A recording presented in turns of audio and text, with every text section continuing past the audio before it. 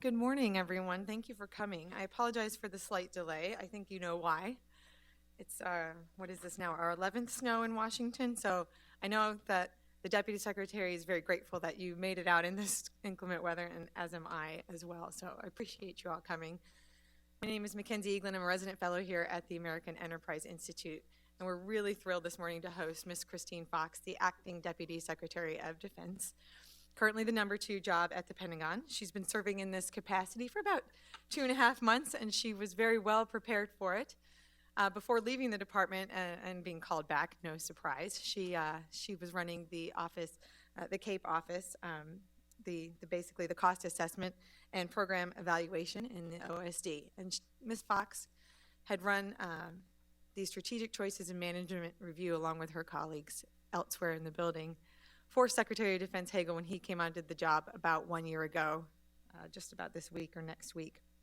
But again, I mentioned that she had recently left the Pentagon before she was called back, and she was at the Johns Hopkins University Applied Physics Laboratory. And then prior to her recent tours at the Pentagon, both at CAPE and in her current position, Ms. Fox was the president for the Center for Naval Analysis. She's served in other jobs, of course, at CNA as well. And I know she needs a little introduction because she has been very high visible lately, making the rounds, not just at AEI, but elsewhere this week and last week. Ms. Fox holds an MS in Applied Mathematics and a BS in Mathematics both from George Mason University. We're thrilled that she's here this morning to talk about the defense budget. The Secretary previewed that budget on Monday, and so I'm sure we'll have little shortage of questions. In the meantime, please join me in welcoming Christine Fox.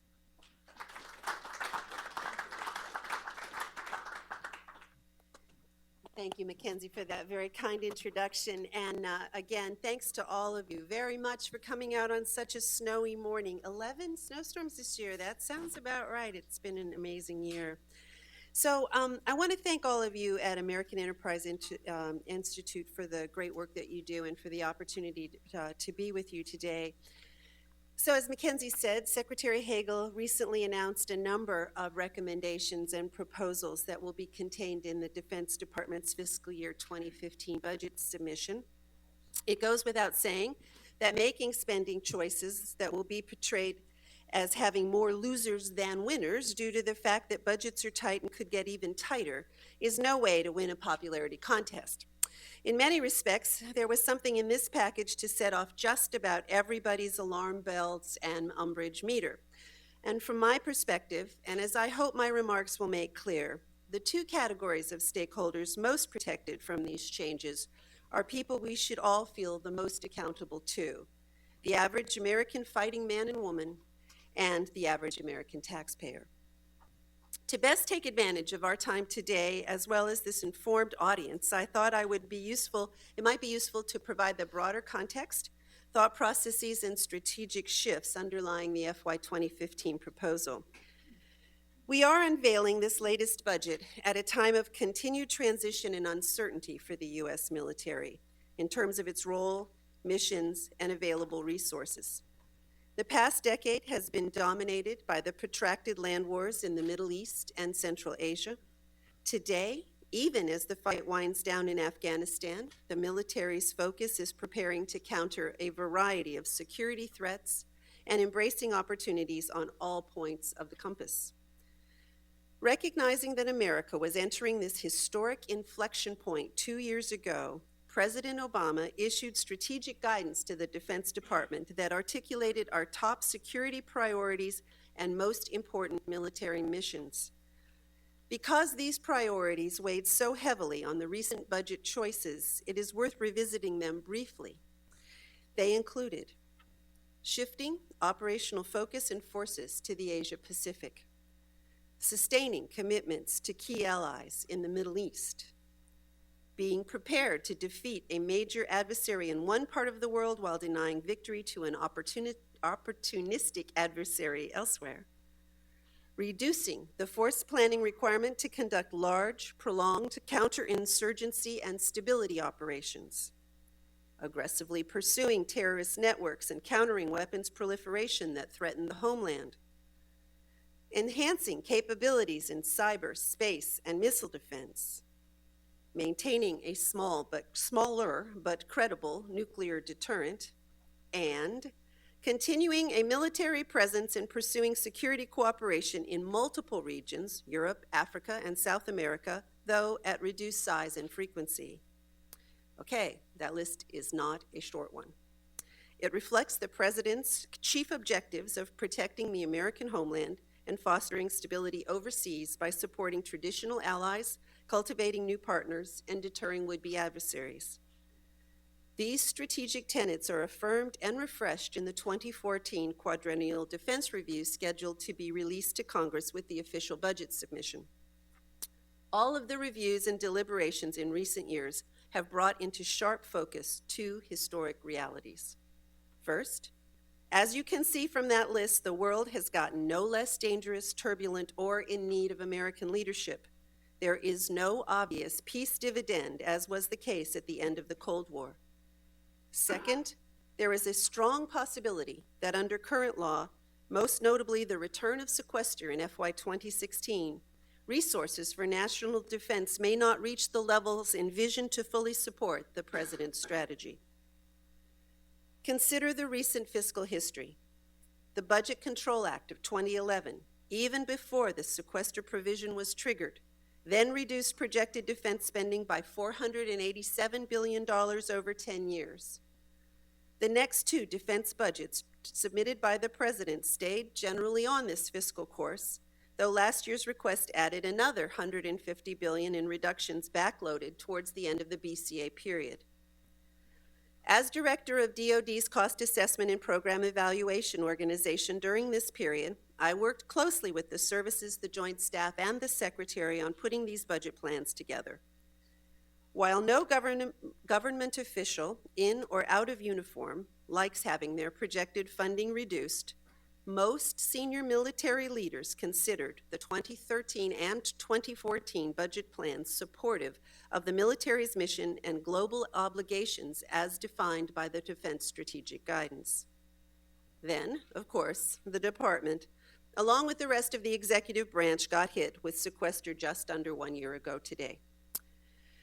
With military compensation, which represents 1/3 of all defense spending, put off limits by sequester, the operations, maintenance, and investment accounts received disproportionately steep cuts. The result was more delayed modernization and readiness shortfalls that are still with us today. Some relief and certainty arrived in the form of the Bipartisan Budget Act signed in December. But for 2014 and 2015, the BBA still reduces defense spending by more than $75 billion relative to the budget plan submitted by the President last year. And without far-sighted bipartisan action by the Congress, sequestration will return in FY 2016, cutting defense by more than $50 billion annually through 2021. This brings me to the Defense Department's response to these fiscal challenges. With our leadership's stern warnings about sequestration appearing to fall mostly on deaf ears in the Congress last year, one of Secretary Hagel's top priorities is to prepare the department for an era when defense budgets could be significantly lower than expected, wanted, or needed.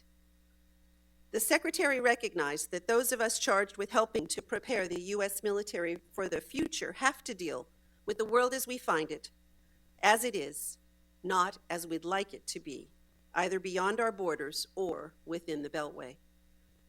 In the current political environment, we are not likely to return to levels of spending favored by the most ardent defense proponents in organizations like AEI, on the Hill, or frankly, in the Pentagon.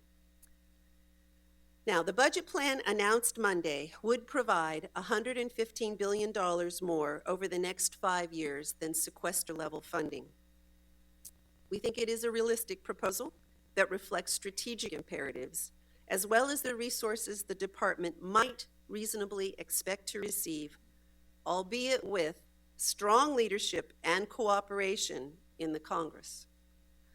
If enacted, the changes will help remedy some of the damage already caused by sequestration, albeit with continued training and maintenance shortfalls in the near term, and mitigate the impact of potential cuts in the future.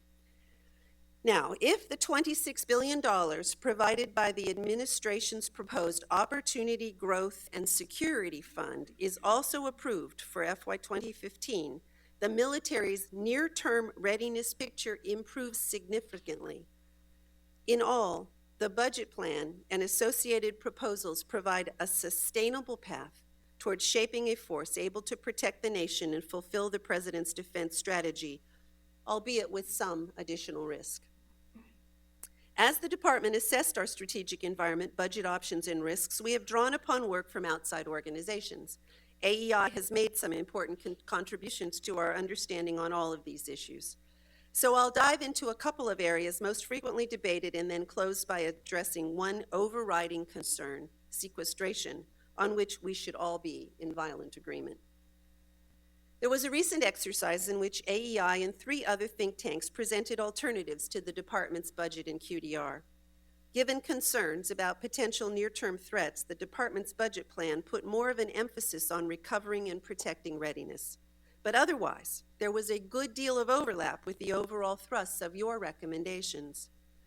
We found that in order to ensure adequate funding for new procurement, research, and development, there was no choice but to also reduce force structure. Now, to be sure, shrinking the future military contains real risks, as a smaller force, no matter how ready or technologically advanced, can go to fewer places and do fewer things, especially when confronted by multiple contingencies or a scenario in which mass is required. However, attempting to retain a larger force in the face of potential sequester-level cuts would create, in effect, a decade-long modernization holiday on top of the program cancellations and delays already made. And while the odds of a major conflict against another technologically advanced military power are relatively low, the consequences of being unprepared for such a contingency could be catastrophic. We also have to consider how these cuts to investment funding would impact the viability of America's private sector industrial base, a national strategic asset ignored at our peril. In the recent budget decisions, we were guided very much by the lessons of past major drawdowns. After World War II, Korea, Vietnam, and to a less extent the Cold War. In each case, the U.S. military kept more force structure than could be adequately trained, maintained, and equipped given defense budgets at the time. The Defense Department was thus forced to cut disproportionately into accounts that fund readiness and modernization. The worst example of this phenomenon was the hollow military of the 1970s. That is why, for many parts of the military, Secretary Hagel chose to reduce capacity, the quantity of forces available for global engagement, deterrence, and crisis response, in order to ensure those forces were properly trained and clearly superior in arms and equipment. I also know McKinsey and others have written about the need to pare back the department's overhead costs, the proverbial back office. The idea being that squeezing more savings out of that back office could obviate the need to shrink the military further. During last year's skimmer, we did take a hard look at the vaunted Pentagon bureaucracy, the Office of the Secretary of Defense, Service Headquarters, Joint Staff, defense agencies, and field activities, and found that some reductions are necessary and some savings are possible. However, achieving savings in the military's proverbial tail takes several years and produces significantly less in bankable savings than is commonly believed. Furthermore, a skimmer analysis showed that DoD's headquarters structures comprise just over 2% of its personnel and 1% of its budget. When all is said and done, an enterprise of the U.S. military's size, complexity, and global reach requires a substantial administrative and support operation. But these back-end functions can certainly be done more efficiently with less duplication, fewer contractors, and with fewer executives, generals, and admirals, plus their associated staffs. And that is why Secretary Hagel announced last summer that he would cut civilian and contractor personnel from Hall headquarters by 20%. The total savings, however, are a fraction of the reductions required by either sequestration or, frankly, of the President's budget over the next decade. The efficiency efforts extended to the services, their force structure, and their operations maintenance as well. The Navy, for example, is pursuing aggressive cost savings initiatives, including reducing support contracts and achieving better pricing initiatives to maximize the possible size of their ship inventory. However, if these efforts generate fewer savings than planned and counted on in our budget, there will be little choice but to further reduce the size of the Navy's fleet. Finally, I also know that the various reviews and resulting proposals of recent years have been criticized as mere budget drills, or math, not strategy. And when confronted with major spending cuts, especially on the scale and schedule of sequestration, there's no avoiding the imperative to seek savings and fast. Yet, I would suggest that the notion of crafting a strategy totally devoid of risk and totally disencumbered from resources is a logical fallacy and historical fiction. For starters, a relevant strategy is not a set of goals and preferences put together on the assumption or hope that the money would just follow. In reality, strategy requires a symbiotic relationship between resources, outcomes, and courses of action. In the real world, our military is provided with a certain level of funding, as was the case in each of America's major conflicts and during the riskiest periods of the Cold War as well. As analysts and, yes, strategists, we do an assessment of what this will buy and what the options are. It is an iterative process. These results are then linked with the major defense priorities as outlined by the President. Each strategic element informs one another on the path to final decisions. The result of this feedback loop is a strategy that is neither budget-driven nor budget-blind. Remember that even the largest defense budgets will have limits, as will our knowledge and ability to predict the future. So they always contain some measure of risk.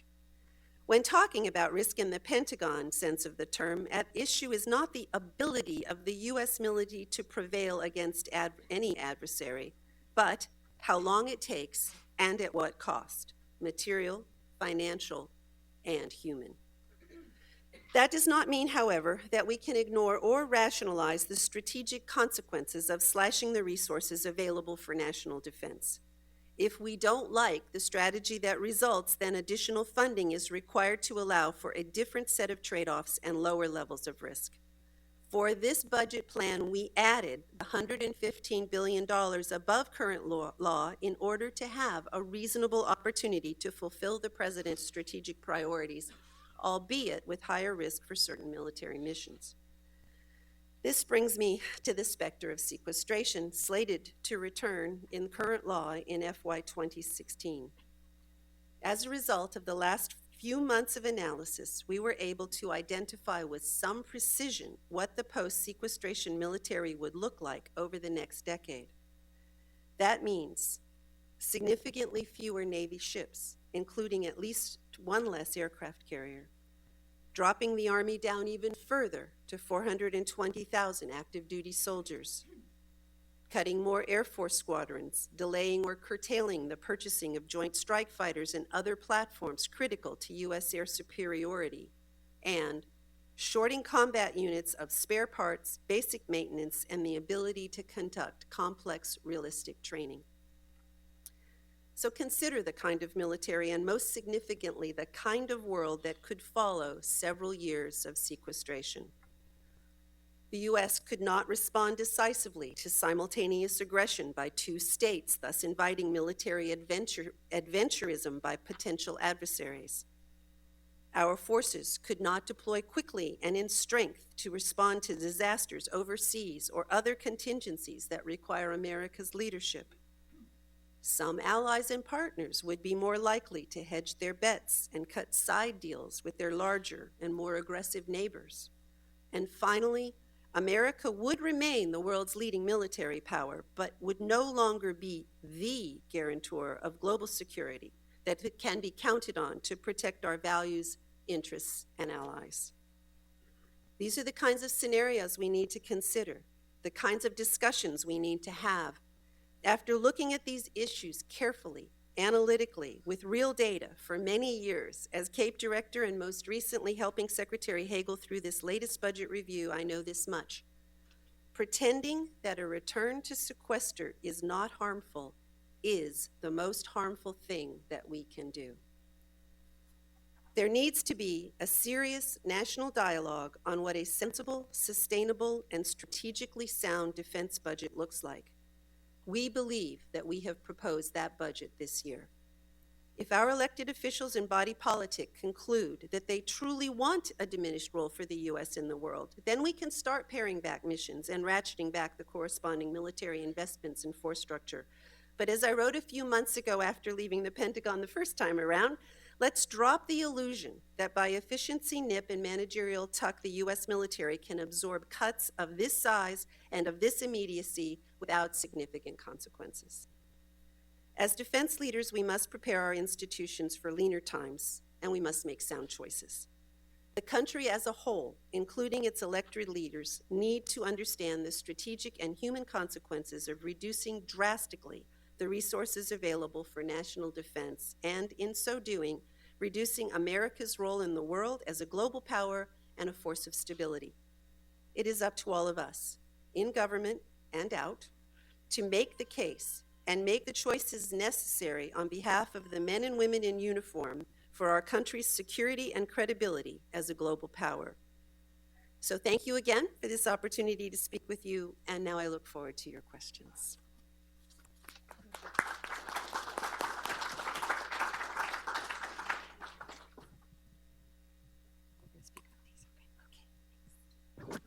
Thank you so much. I'm going to just briefly kick it off because we are still going to get Ms. Fox out of here on time this morning with the snow. She is very generous and is a busy woman. So thank you for those remarks. It's very enlightening. I agree with you.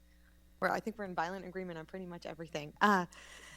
If you could, we spoke yesterday at the Pentagon in another enlightening conversation with the Secretary, and if you could clarify perhaps a little more, not just for me, but I think really for the audience.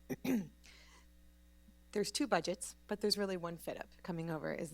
That's correct? But in that budget that's coming over, that's slightly higher, the $115 billion that you outlined, there are basically off-ramps for policymakers and for DOD therein.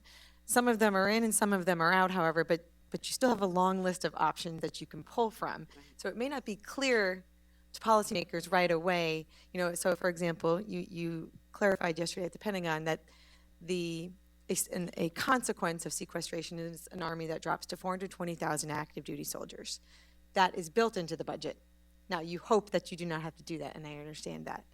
But then there are other things like the aircraft carrier that are in the budget, but you could take it out if you need to, or if funding does not materialize. Could you please walk through a little bit more for everyone what's baked in and what's baked out of this cake? Yeah, I think that if we tried harder, we couldn't have made this budget more complicated.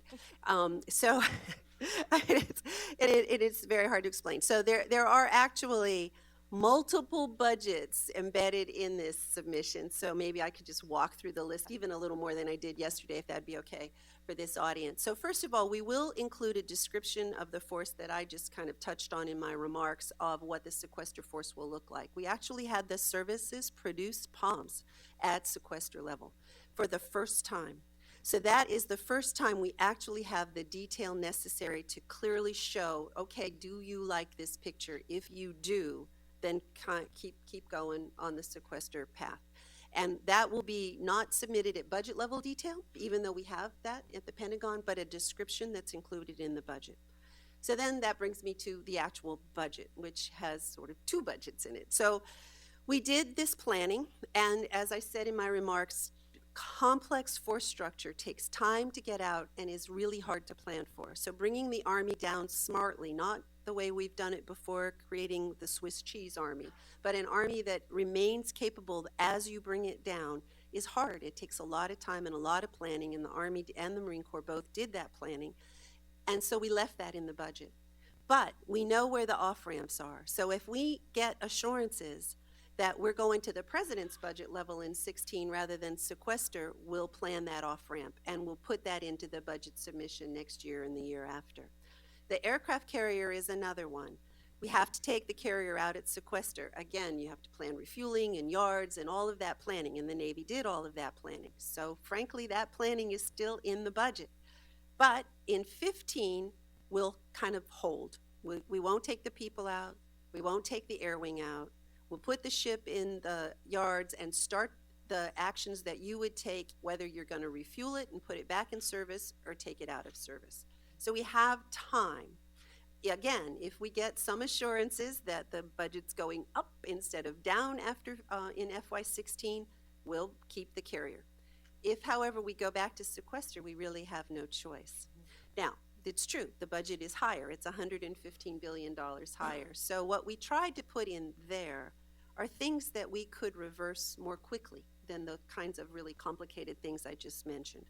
So programs you would just cancel, like Global Hawk Block 40, or parts of our structure you would just take out immediately, like the KC-10s, or unfortunately readiness, which we put a lot of investment in the $115 billion that, again, you would just have to stop doing. It's a complicated story, as I said, and I thank you for the question to give me a chance to at least walk you through what we've tried to do. I will just offer one comment in sympathy to you and your colleagues.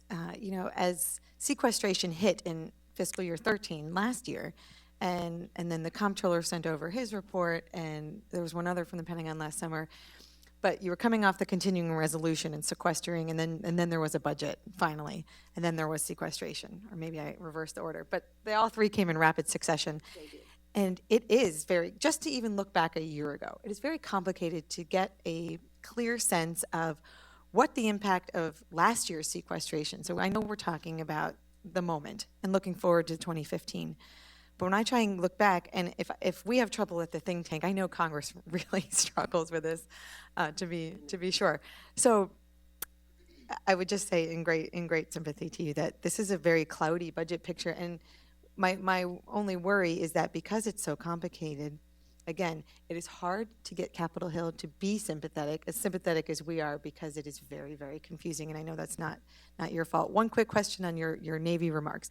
You mentioned just very specifically in the comments, and I know it will be of great interest to the audience and to Washington, that if there aren't certain, I believe it was multi-year contracts, or certain savings that you get out of certain contracts in shipbuilding in particular, that you would have to make other decisions to free up funding. Could you elaborate just very quickly on that, please? So it's actually a broad package of acquisition-related efficiencies that the Navy has proposed this year. So, I mean, you've pushed on efficiencies. We've all pushed on efficiencies. And I think we have booked a lot of efficiencies, $200 billion to date. We've got another package in there this year. And so we think efficiencies are important. But when it comes to acquisition efficiencies, it's difficult to count on them, right? You want to have efficiency because you're going to be tougher in your contract negotiations, or you're going to get more stability and be a partner with industry, or you're going to live with fewer support contractors and you've got a plan. The Navy did some really detailed work on that this year, and they have projections.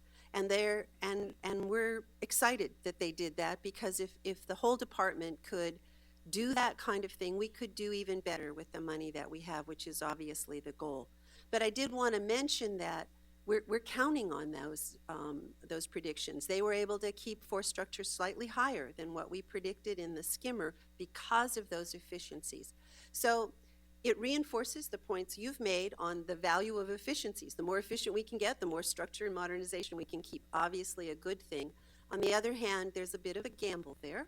And I'm just excited the Navy's given it their best shot. We're gonna, Secretary Kendall and I looked at it hard, and we're fully in support of them and hoping their successes will migrate across the whole department.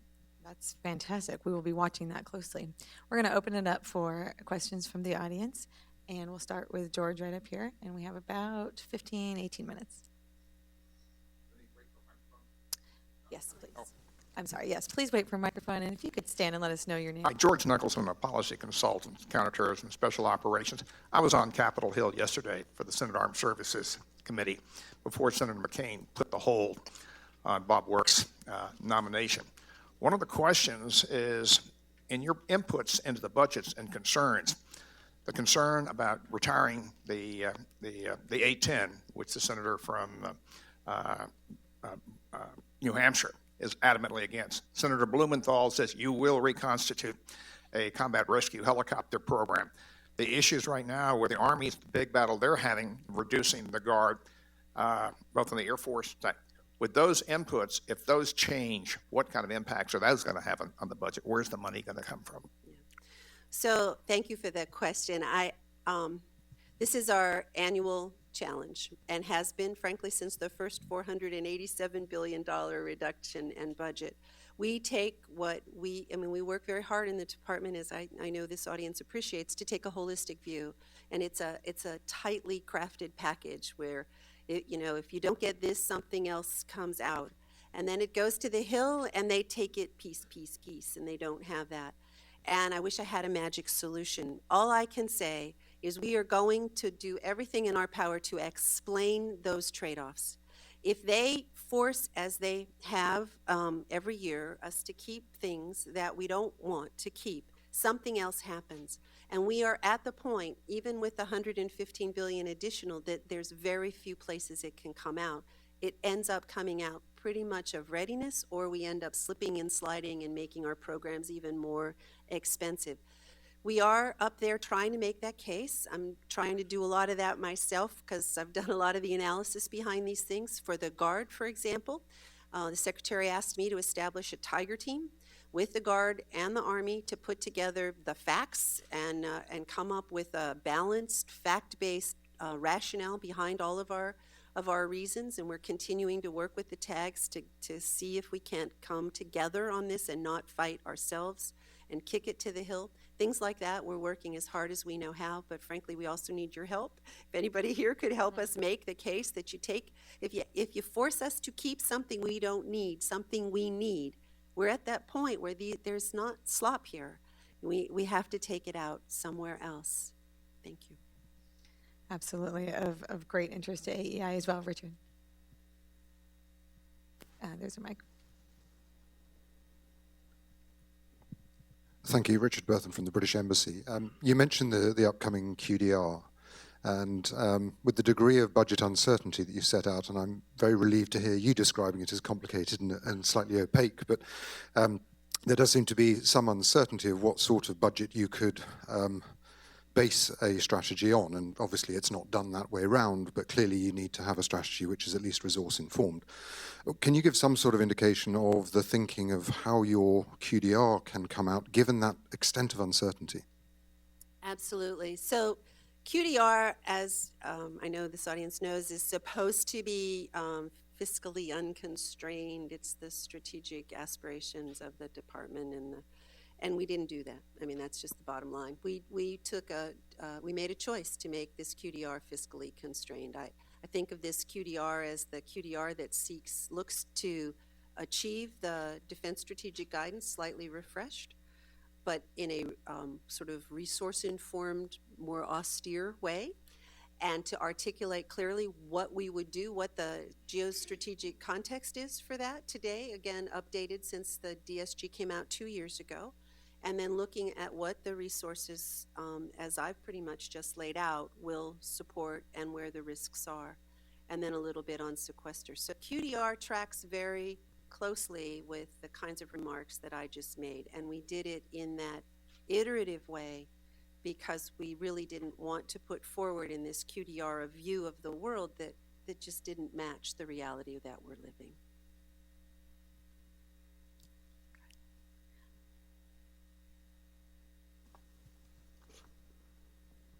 Christine, this is great to hear. I'm Mitzi Worth. I'm with the Naval Postgraduate School. Mitzi. One of the things that has struck me in the last few years is the importance of storytelling. And what I find is people who are a part of the inner circle, when they write it, they can understand it. They don't test it. I mean, in many ways, it's kind of like the problems we had with the healthcare. They didn't go out and see if it worked for those at the bottom who are going to have to use it. And I guess my suggestion is you might want to bring a random collection of people together to look at it to see what they don't understand. I just went through something like this last week with a Navy admiral who was going to make it. And all of a sudden, when he presented it, the audience got it. And so it makes a real difference doing those tests with people who don't understand the detail. It's a terrific suggestion. Thank you for that. And we should do that. I'm going to take that back because we aren't communicating. We were not able to communicate the impact of sequester last year because we talked about readiness and nobody knows what readiness is. I had the opportunity to do an NPR interview, and I knew my great staff helped me. They're not going to understand what readiness is. If you use readiness, it's not going to communicate. So I talked about, having your teenager drive to Ohio in a snowstorm. You want to make sure they can drive. You want to make sure they can drive in snow. You want to make sure their car works and that it's been serviced, and if it breaks down, they've got a spare tire. That's what readiness is for all of our ships and airplanes and tanks and so forth. And it's like, oh, that's what readiness is. So it worked. It's a little longer than the word, but I think those kinds of points that you're making is so important, and we forget it because we go into Pentagon speak, and I get it. So I think trying out our story on these particular parts with outside groups is a terrific idea. So thank you, Mitzi. To your point, as we await more questions, I was thinking about our conversation this morning and yesterday, getting ready to come over here, and I was literally, I'm so frustrated with the Pentagon's inability to get to yes with Congress on so many of these decisions. Kind of to the first question in the audience, and it's not just people focus on the hardware, but it really is. It's about the National Guard. It's about retiring fleets of aircrafts and ships and other priorities. And I was thinking in terms of, well, what would that be like? And I haven't given this enough thought, as you'll find out, but my 3-year-old son, I thought, well, what if I take him to the hairdresser and I say, you need to cut an inch off of his hair, but you can't take any off the front, the back, or the sides. Just the top. I mean, because that's basically what Congress is telling the Pentagon when they send the budget back to you. They say, we're going to fence off anywhere from half to 2/3 of this budget that you can't cut, even though you've proposed cutting from virtually everywhere except the 1/3 that is military personnel compensation in particular. And so, I sympathize and I understand the messaging component to this, and it's something we give great thought to here at AEI. Do we have any more questions? Thomas Risberg. My question has to deal with right now, and I think you acknowledge that our conventional forces are, in the near term, going to be superior to any of our adversaries, and so what you're really looking at is terrorism, cyber warfare, and other kinds of asymmetric tactics. And yet we talk about needing an extra aircraft carrier or other joint strike fighters. And I was wondering, is there discussion there that in putting money into current weapon technologies that are probably built for an enemy that doesn't exist at this point, is that going to hurt us 20 years down the road when a conventional adversary such as China may arise? So the sort of said another way, are we living in the past with our force? Should we move to the future? And boy, we debate this a lot in the Pentagon, as I'm sure you can imagine. So we have to move to the future, and the budget does protect submarines, for example. We actually took out more Air Force structure than we would like to protect the new long-range bomber. And we are protecting cyber, we're protecting SOF. So the aspects of the force that we see as clearly vital for the future are protected. But the things like the aircraft carrier, we thought in the skimmer we'd have to go down to 9 or maybe even 8 with sequester, and I think that your study also took the carriers down more. The outcry of going to 10 I've not had any more calls on anything than that. And I am, by my own admission, an aircraft carrier analyst myself, so I have a lot of experience with this, and I get it. It's an incredibly important capability of the force. It's a huge symbol. Look at how China's announcing that they're trying to push up their aircraft carriers. So there's a poor president. We're putting him in a position where he's got to look the global community in the eye and say, we're bringing carriers down at the very time China's trying to build them, okay? But the point you're making is spot on. We have to think about keeping that platform viable for the future. If we're going to keep it and we're going to have it and we think it's important, then it's got to be able to play. And, it's not the first time that carriers have had this problem. In the whole Cold War, the Soviets put enormous energy, enormous money into taking out the aircraft carriers and the strike groups. And that's how I cut my teeth in this business, is figuring out ways to make it survivable. And we did. Actually, we did an awful lot in those days. Now, none of those things would work in today's world, but we have to be creative again. We are so used to dominating at sea and in the air. We don't spend anywhere near the money we should on enablers like electronic warfare and deception and other things like that that can make a huge difference. And in this budget environment, we can actually afford things like that. So we need to be more creative. So that's point one. Joint Strike Fighter is another program that suffers, I think, from the same challenge of how can we talk about shorter range TAC air in a world where they're pushing us further and further out.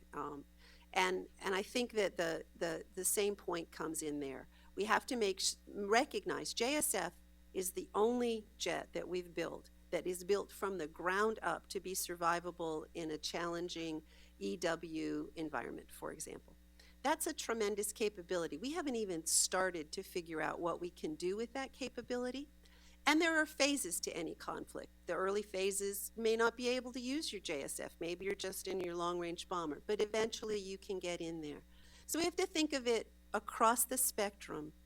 But I think your point is very good, and it's not lost on us. We have to make sure that the platforms we have today can work tomorrow, and we are preferentially trying to protect those investments in our budget. In fact, what we did briefly at the CSBA exercise, which last summer, as Ms. Fox knows, we conducted a shadow strategic choices and management review, and then we had the opportunity to discuss that with you. And then this winter, it was a shadow 2015 budget / QDR. And what we found at AEI and elsewhere basically was we had to cut further than sequester levels in the budget year that you're in so that you could free up money to make investments in electronic warfare and other enablers, like she talked about. Combat logistics was another high priority for us, as well as space and satellite, et cetera. So you take things down even further than sequester asks for. It's really a difficult situation, and all the more reason why you're looking for the additional help in funding right here. Thank you for saying that. That is very true, and very few people understand that.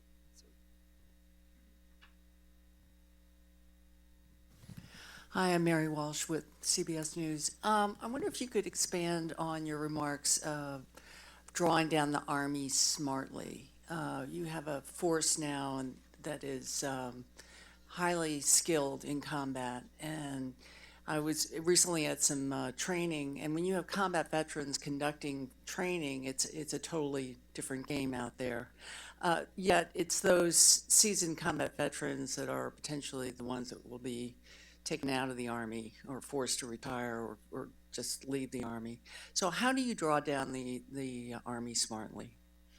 So the Army is extraordinarily capable right now in counterinsurgency operations, for example. One of our challenges for all the force, not just the Army, is that we have to rebalance the force towards full spectrum operations. So we actually feel that in addition to the challenge that you rightly raised, we have to actually add readiness investments to the Army to help them recover their full spectrum capabilities. And again, we're talking about the Army, but this is a readiness challenge we face across the entire force. So as we bring down the Army, we want to have the money to keep the Army we have at that time ready and repurposing for a globally available force on any type of conflict. So we need to keep those seasoned combat veterans. We can't let them just leave the force. If we were to be sequestered and we took the Army down immediately, we would lose all of those people, just as you suggest, and we would not have the money to rebalance in the way that I described. So that's what we mean by smartly. While we have a force, the size of that force, we want it to be capable. And then next year it'll get a little smaller. So we need that force to be capable and so forth. We aren't really going to have the readiness dollars in the near years to keep the whole force capable. But we have to try to manage through that. The quicker you take down the force, the more you break it and you lose the very talent that you need. The quicker you take down the money while you keep the force large, the less ready it is. So it's a really tough set of trade-offs.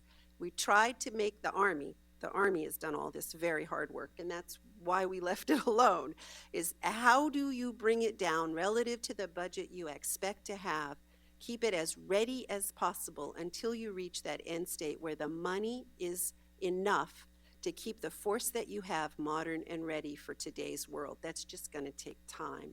And the more time that we have, the smarter we can do it. Hopefully that answered your question. Okay, we're going to take our last three. We'll go here, here, and we'll finish here.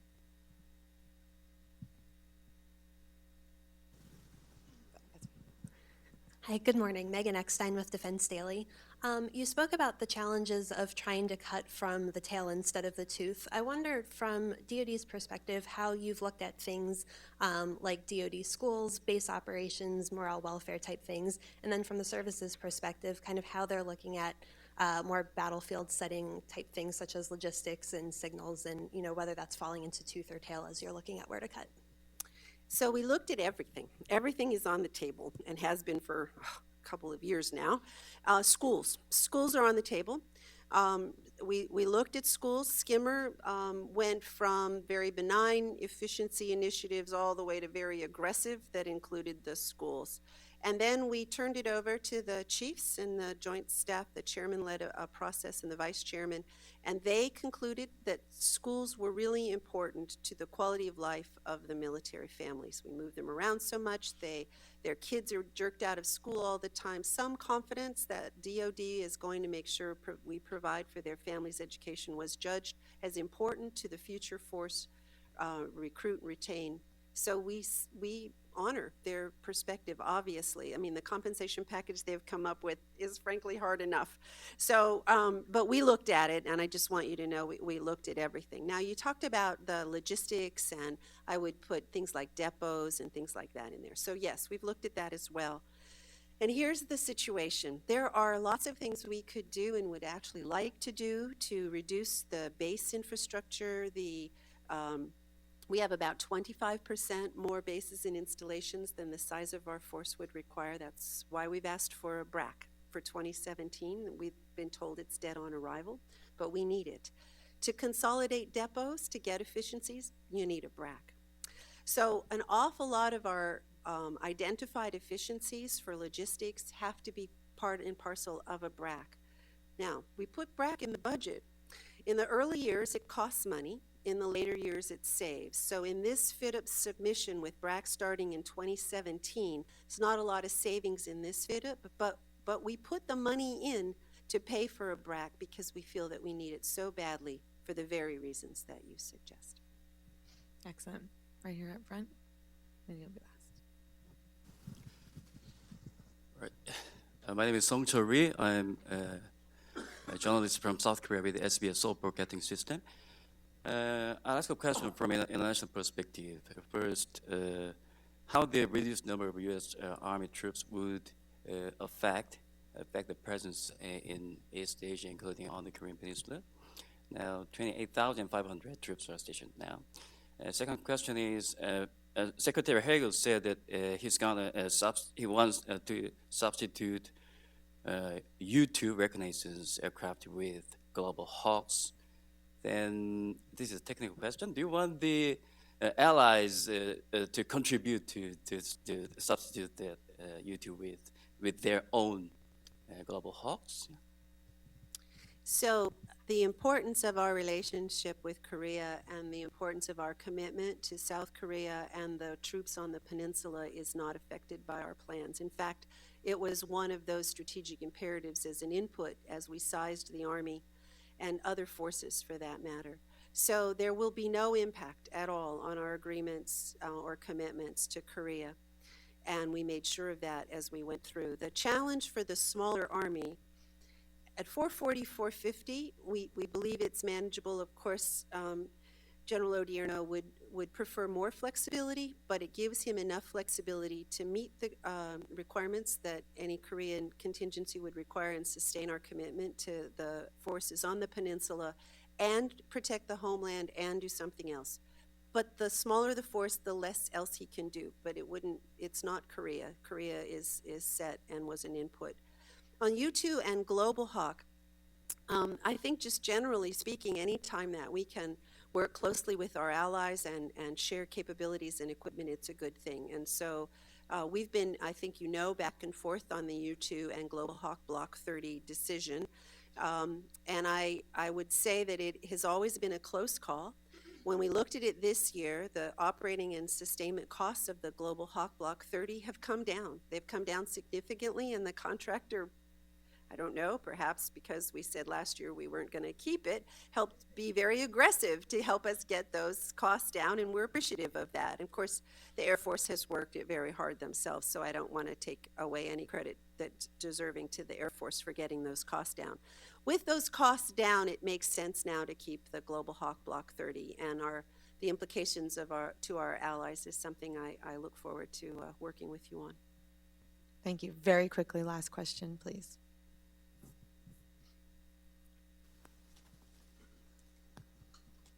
Hi, this is Junichi Yoshikawa from TV Asahi Japan Media. It's similar question, but more widely. Secretary Higgle said, and you also mentioned, Pentagon will continue to shift its operational focus to Asia Pacific. So I wonder what kind of impact will this budget plan have concretely on the region, especially East and Southeast Asia? Thank you. So if I understand the question, you're asking about our strategic imperative to rebalance to the Asia-Pacific AOR, and does this budget support it? And the short answer is yes. Just as our commitment to Korea and plans for Korea was an input to the budget, so was the rebalance. We intend to continue to do a lot of the things that we're already doing. For example, the Marine Corps are deploying to Australia and doing operations in Australia for the first time in a very, very long time. We're continuing with putting LCS in Singapore. We've got 2 there and 2 more are going. Our national leaders, the President and the Secretary both, are making numerous trips to the Asia-Pacific AOR.